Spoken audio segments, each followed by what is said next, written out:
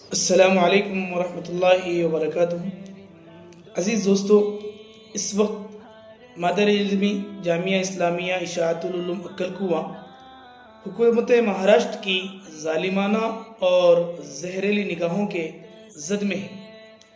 ہندوستان میں یہ کون نہیں جانتا کہ جامعہ اور بانی جامعہ نے اس وقت ملک میں جبکہ تعلیمی بحران ہے، لوگوں کے لیے تعلیم کے وسائل، تعلیم گاہیں، ڈھنگ کے اسکول بھی نہیں ہیں، ایسے قحط کے زمانے میں حضرت رئیس الجامعہ علیہ الرحمہ نے اپنی رات و دن کی محنت کے بعد، بڑی عظیم جد و جہد کے بعد اس ملک کے لیے، اس ملک میں بلا تفریق مذہب و ملت لوگوں کی تعلیم کے لیے، لوگوں کی ترقی کے لیے ایک اصیل انقلاب پورے ملک کے انسانوں کو فراہم کرنے کے لیے حضرت مولانا علیہ الرحمہ نے اپنی شب و روز کی محنتوں سے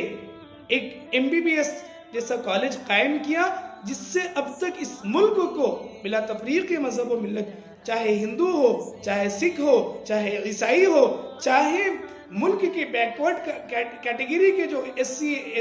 ST OBCs کے جو لوگ ہیں، ان لوگوں کو بھی ڈاکٹرز مل رہے ہیں، ان تعلیم گاہوں سے انجینئر مل رہے ہیں، لیکچرر مل رہے ہیں، پروفیسر مل رہے ہیں، لائر مل رہے ہیں۔ کیا جامعہ عقل کنواں کی یہی کمی ہے، یہی کوتاہی ہے؟ کیا اس جامعہ کی یہی غلطی ہے کہ جس نے اس انسانیت کے لیے اچھے ڈاکٹر فراہم کر رہا ہے؟ کہ جامعہ کی یہی کمزوری ہے کہ یہ جامعہ ایک اچھے engineer, civil engineer, mechanical engineer اور پالی ٹیکنک کی لائن سے، فارمیسی کی لائن سے فارمیسسٹ، ITI کی لائن سے ITI ٹیکنیشینز، کئی قسم کے افراد، کئی قسم کے رجال کار اس ملک کے لیے، اس ملک کی انسانیت کے لیے، اس ملک کے تعلیمی معیار اور گراف کو اٹھانے کے لیے جامعہ ان سارے وسائل کو، ان سارے افراد کو فراہم کر رہا ہے۔ کہ یہی جامعہ کی کمی ہے؟ یہ لوگ چاہے مہاراشٹر کے اسمبلی میں ہو، چاہے نیوز ٹی ویوں پر ہو،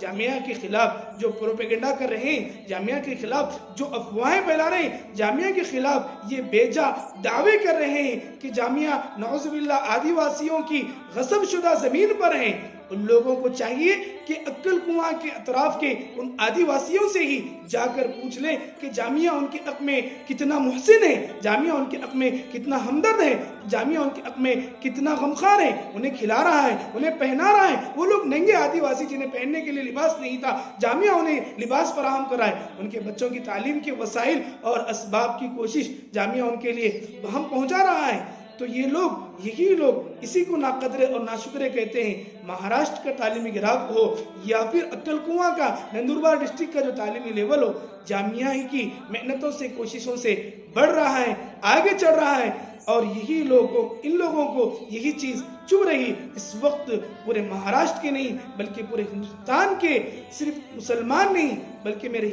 ہندو بھائیوں سے، سکھ بھائیوں سے، SC ST اور OBCs کے بھائیوں سے میں درخواست کرتا ہوں کہ جامعہ کے دفاع میں آواز اٹھائیں، اور جامعہ میں کوئی ایک بھی طالب علم بنگلہ دیشی بالکل نہیں، ایک بھی طالب علم بنگلہ دیشی نہیں ہے، نہ ہی وہاں پر یہاں کوئی